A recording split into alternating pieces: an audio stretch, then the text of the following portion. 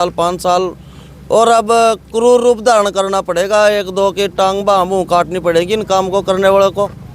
और जैसे मेवात में मैसेज दिया गया था, आज जो मेवात के जो गौ तस्कर हैं उनके घर वाले बोलते हैं साले कहाँ जा रहा है, गौ रक्षा वाले जला देंगे, मार देंगे, काट देंगे। तो शाम को जाने से पहले उन्हें सोचना पड़ता है। और ऐसा ही एक दो कांड यहाँ करना पड़ेगा इन गलत काम करने वालों के साथ जो गौ कसी का कार्य कर। यमुनानगर के अंदर लगातार हो रहे गोकशी के मामले बढ़ते हुए कहीं ना कहीं दिखाई दे रहे हैं। कुछ दिन पहले प्रतापनगर, खिजराबाद और 2 दिन पहले नाहरपुर के अंदर गौ गोकशी के लगातार मामले बढ़ते हुए यमुनानगर के अंदर कहीं ना कहीं दिखाई दे रहे हैं। और पहले भी गोरक्षा दल के द्वारा और गौ प्रेमियों द्वारा ये कहा गया था कि लगातार इस तरीके की घटनाएं आज से पहले उत्तर प्रदेश के अंदर होती थी, पर लेकिन ये घटनाएं कहीं ना कहीं अब यमुनानगर के अंदर बढ़ती हुई, हरियाणा में बढ़ती हुई नजर आ रही है। हमारे साथ फिलहाल इस समय धर्मेंद्र जी मौजूद है गोरक्षा दल से। क्या कुछ कहना चाहेंगे? 2 दिन पहले गोकशी का मामला सामने आया, क्या मामला हुआ है, क्या बातचीत हुई है, पुलिस ने कोई कार्रवाई करी है या नहीं? हाँ, पुलिस ने कार्रवाई की है भाई। पुलिस ने डंप उठाया है, उसकी जो CDR वगैरह मंगाई गई है उसका जैसे इनको पता लगेगा तो उसको पुलिस उठा के कार्रवाई करेगी उनके खिलाफ। तो क्या मानते हैं इस तरीके से लगातार घटनाएं बढ़ रही है गोकशी की? हाँ जी, बिल्कुल बढ़ रही हैं। ये पहले भी हमने आपको बताया था, उस दिन प्रतापनगर में भी जब गोकशी का मामला हुआ था। हमारे यहाँ पहले एक काउ स्टाफ तैनात था जिसकी ड्यूटी सिर्फ यही थी गौकशी या गौ तस्करी रोकना। अब वो काउ स्टाफ हटा दिया गया है। वो कभी CM ड्यूटी, कभी पेपर ड्यूटी, कभी इलेक्शन ड्यूटी उनमें लगा दिया। अगर उसको काउ स्टाफ का ही काम करने दें तो शायद ये काम कम हो जाए या ना हो। तो काउ स्टाफ की वजह से भी कहीं ना कहीं ये गोकशी के मामले बढ़ते हुए नजर आ रहे हैं। हमारे साथ भाई मौजूद हैं, क्या कुछ बताना चाहेंगे? किस तरीके से अब यहाँ पहुँचे हैं, किस तरीके से पुलिस मदद कर रही है? सचिन, पुलिस लगभग अपना काम कर ही रही है। इसमें जो संभव होगा वो बताया उन्होंने कि भी हम अपनी कार्रवाई में लगे हुए हैं और बहुत जल्द इसका रिजल्ट सामने आएगा। तो क्या लग रहा है गोकशी के मामले बढ़ रहे हैं? क्या काउ स्टाफ तो काफ़ी समय से बंद पड़ा है, पर अब अभी हाल ही में ये घटनाएं शुरू हो चुकी हैं? हमारा काउ स्टाफ भी हमारे से ही सीखा था इस काम को अंजाम देने के लिए। जो भी वो इस चीज़ में सक्षम हुए वो हमारे द्वारा ही सक्षम हुए थे।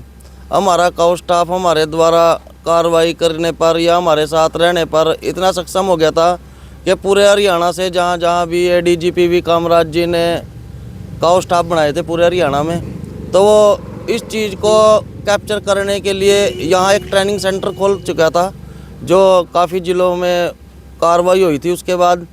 लेकिन हम ये जरूरी नहीं है कि काउ स्टाफ के साथ ही हम काम करना हो करेंगे, लेकिन हम तो 2 दिन की वेट करेंगे। अगर हमारे को काउ स्टाफ मिलता है ठीक है, वरना अपना काम करने में सक्षम है। पहले भी हमने आज 2-3 हज़ार मुकदमे दे रखे हैं, रोज कोर्ट में खड़े हैं और 50-60 में सज़ा भी हुई है, 10 साल, 8 साल, 5 साल।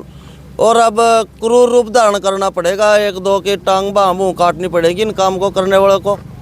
और जैसे मेवात में मैसेज दिया गया था, आज जो मेवात के जो गौ तस्कर हैं उनके घर वाले बोलते हैं साले कहाँ जा रहा है, गौ रक्षा वाले जला देंगे, मार देंगे, काट देंगे।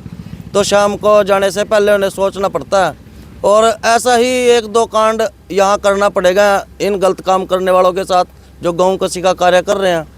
तो कहीं ना कहीं आप कह रहे हैं कि कानून हाथ में लेंगे, आपको खुद ही उतरना पड़ेगा। क्या वजह है इसकी? वजह प्रशासन पता नहीं क्या कारण है क्या नहीं यार। हालांकि हमारे कप्तान साहब बहुत अच्छे हैं, IG साहब हमारे ग्रेट काउ सोल्जर हैं, पर हमारे ये समझ में नहीं आ रहा कि इसमें काउ स्टाफ में 1 महीने से हम लगातार कह रहे क्या देरी हो रही, क्यों हो रही, क्या दबाव है, समझ में नहीं आ रही बात।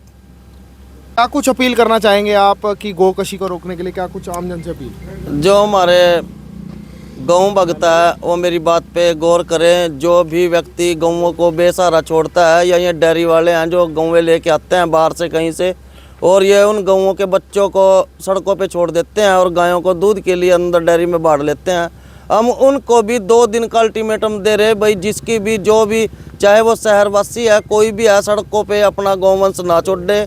हम उन्हें प्रशासन के सहयोग से व अपने गौ रक्षा दल उनको कैप्चर करेगा और गौशाला में पहुँचाएगा। चाहे फिर समाज हमारे इसमें खिलाफ हो या हमारा साथ दे, हम तो यही कहेंगे कि हमारा साथ दे समाज इस कार्य में।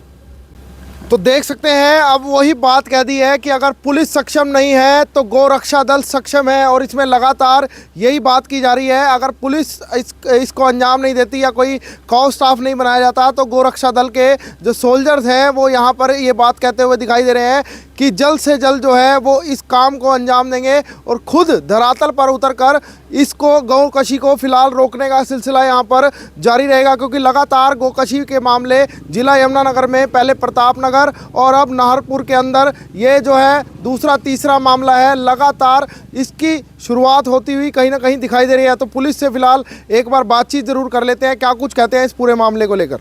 सर, गांव नाहरपुर में गाय गोकशी का मामला सामने आया है, गोरक्षकों में रोष है कि जल्द पकड़े जाएं, अभी क्या कुछ कार्रवाई कहां तक पहुंची है सर?